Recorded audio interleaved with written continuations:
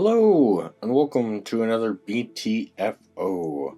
Today we're going to be talking about A Death of a Unicorn and Hurry Up Tomorrow.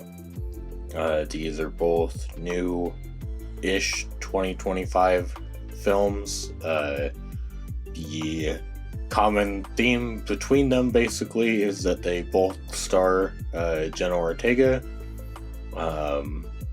Other than that, there's not really too much that's common between them. I suppose they're both supposedly horror films.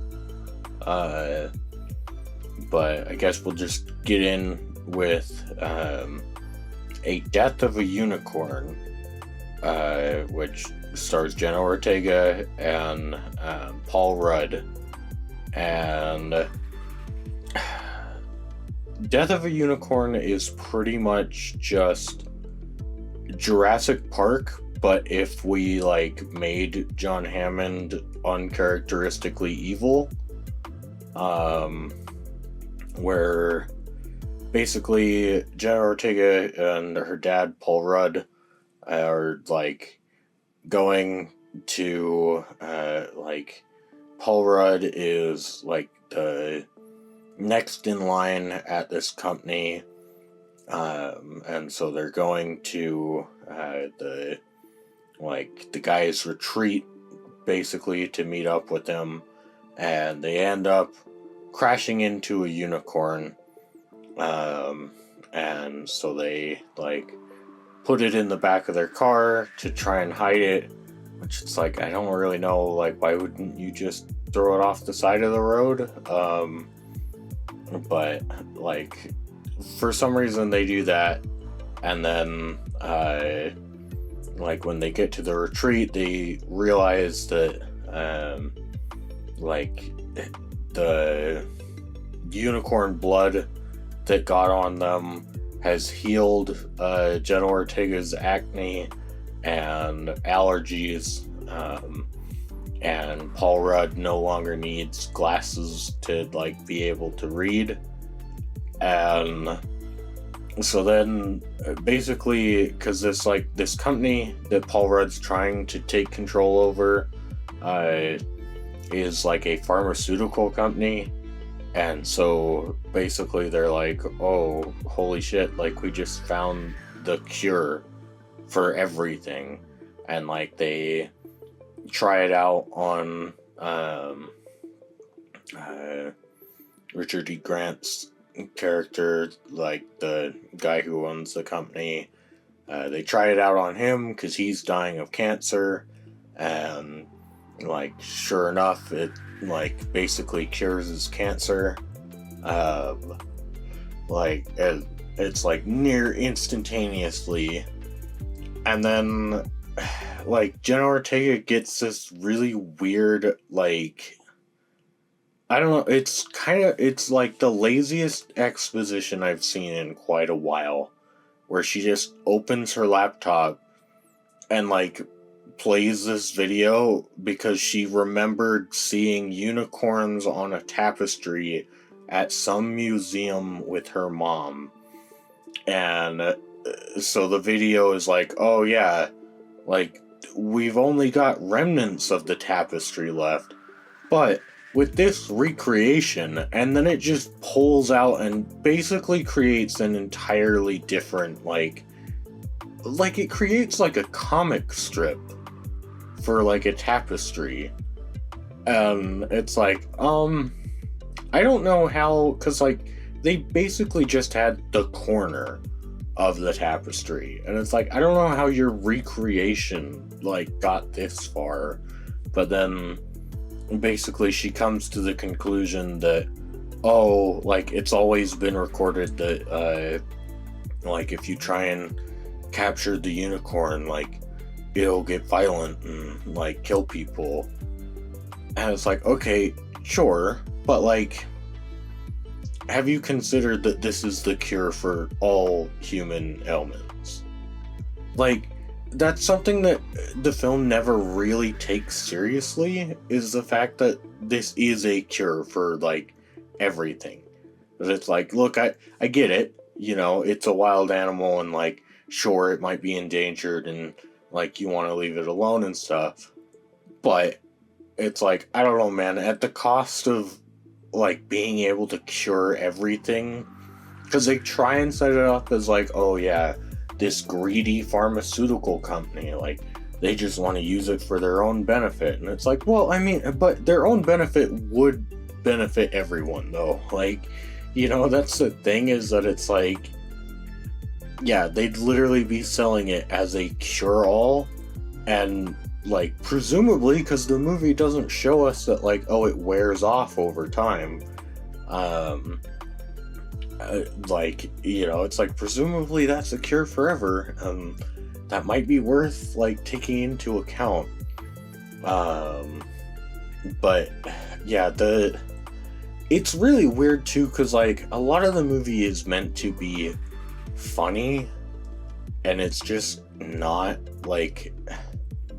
I think the funniest part of the movie is probably Will Poulter, his character, because he plays the son of the guy who runs the company, and so he's, like, kind of dumb, but, like, always kind of wants to, like, prove to his dad that, like, no, I can be smart and stuff.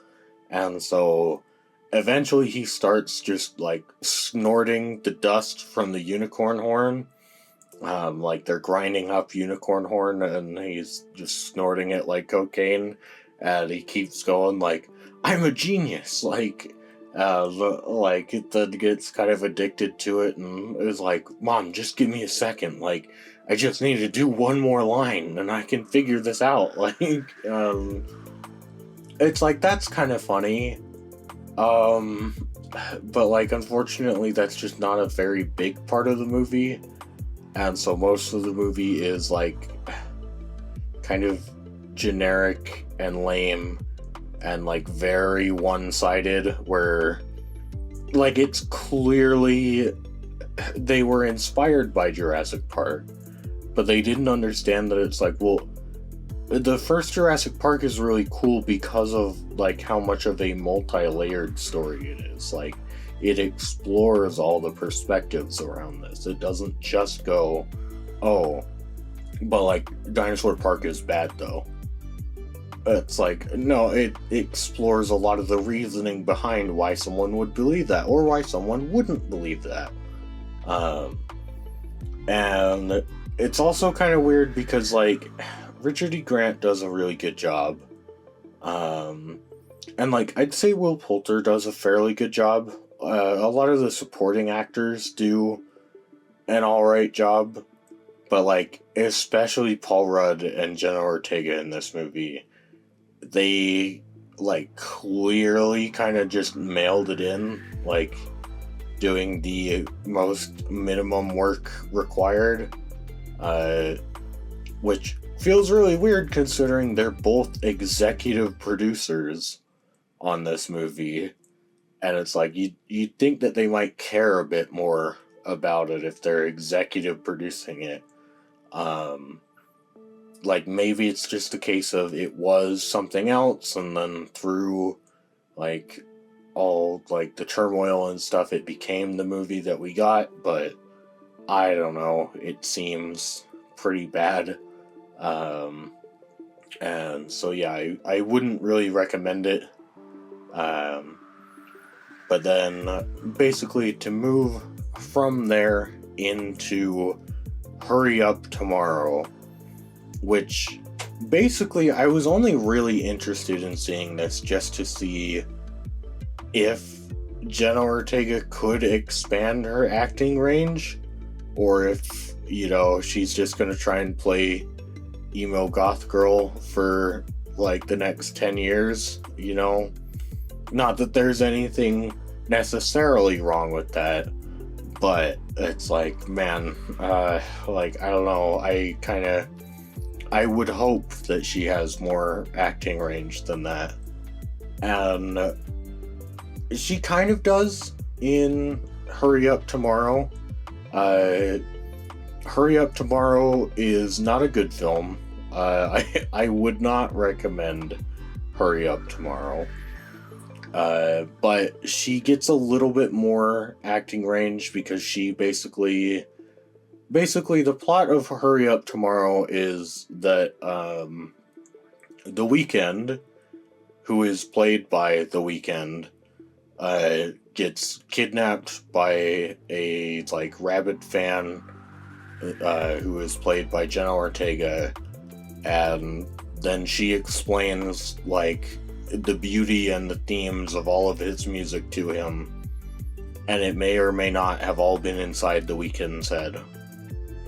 And so it's not a very good movie, but it does give Jenna Ortega a bit more to like work with as far as range, where like you get to see her sad, you get to see her happy, you know, there's elements of kind of playing a seductress, and then like there's kind of, she gets some neat little bits of acting in where she gets to kind of switch from like being the like happy fan to like, oh, like you can't leave me, like, you know.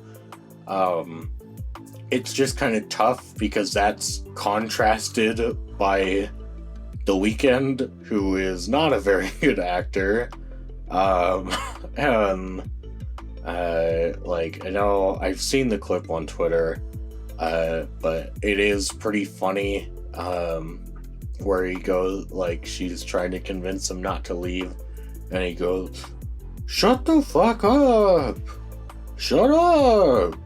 Shut the fuck up!"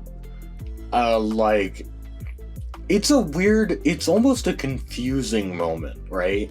Because in concept, it should be funny, but it's also the fact that, like, The Weeknd delivers those lines so dispassionately that it feels like he doesn't even want to be, like, saying those things, when it's like, well, no, in context, like, the character is, like, in a rush, like, he wants to leave, like, I don't know that dispassionate is where I would go.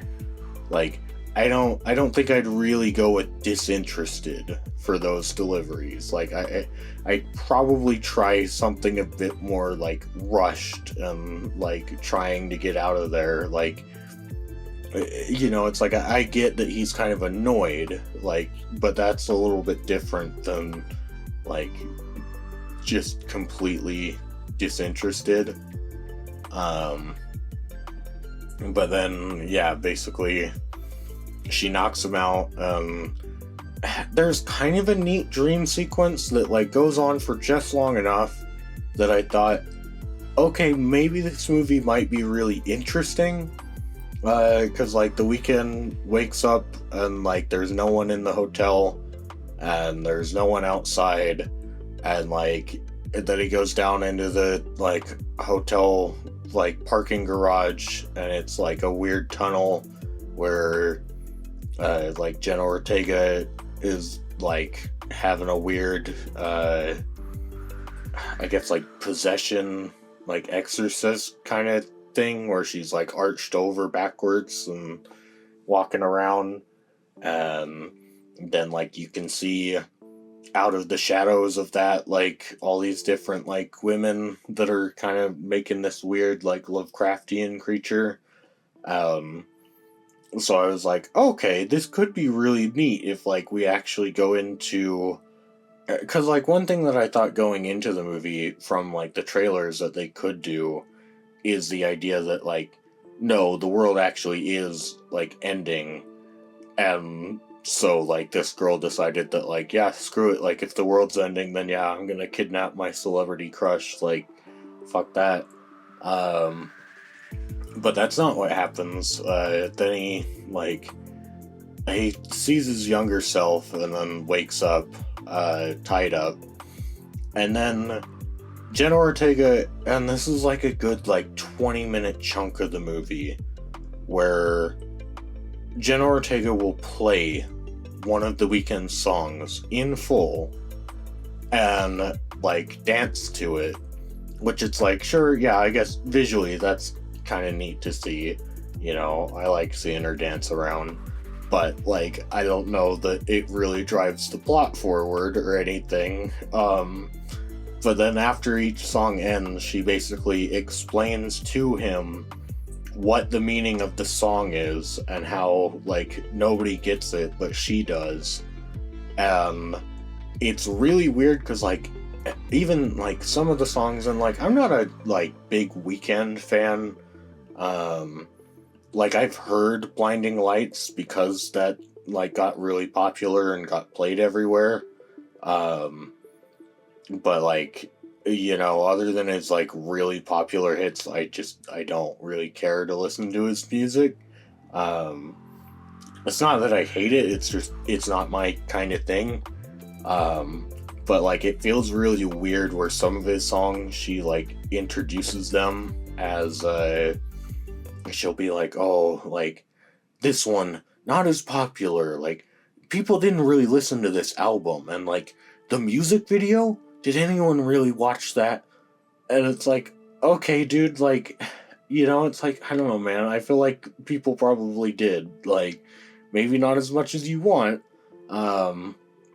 But and like, and that's the super weird thing about Hurry Up Tomorrow, is that it is extremely narcissistic, and I don't know that The Weeknd even really realizes that. Because like so the big plot of the movie, like the moral of the story in essence, is that through this whole event The Weeknd realizes that, hey, when I do bad things like cheat on my girlfriend or like get drunk every night or like do cocaine, you know, when I do those bad things, I feel bad.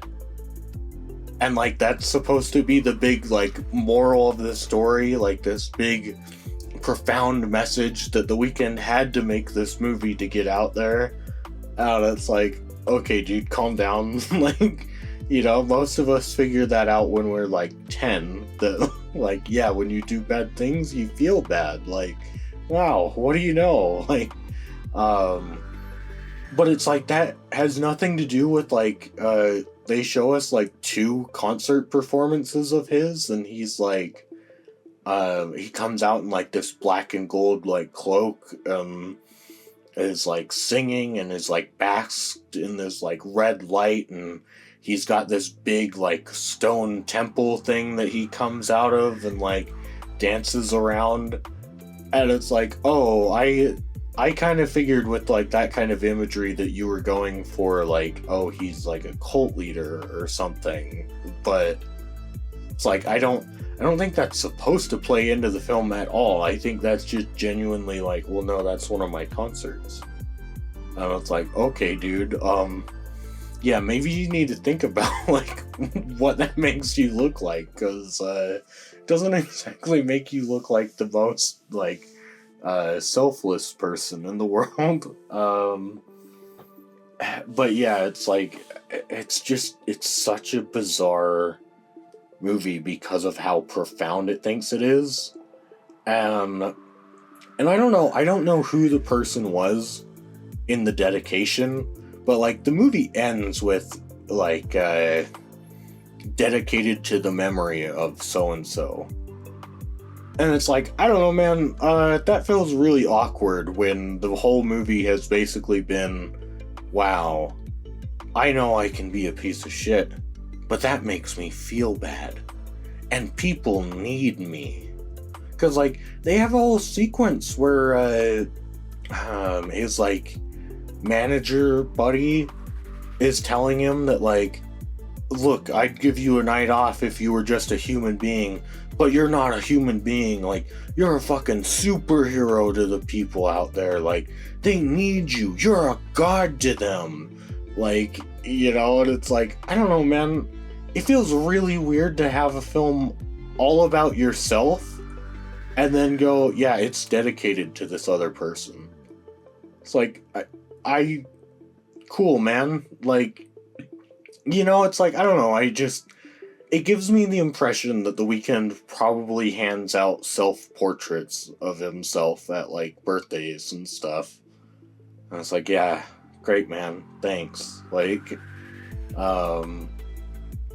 but so yeah, I wouldn't recommend Hurry Up Tomorrow.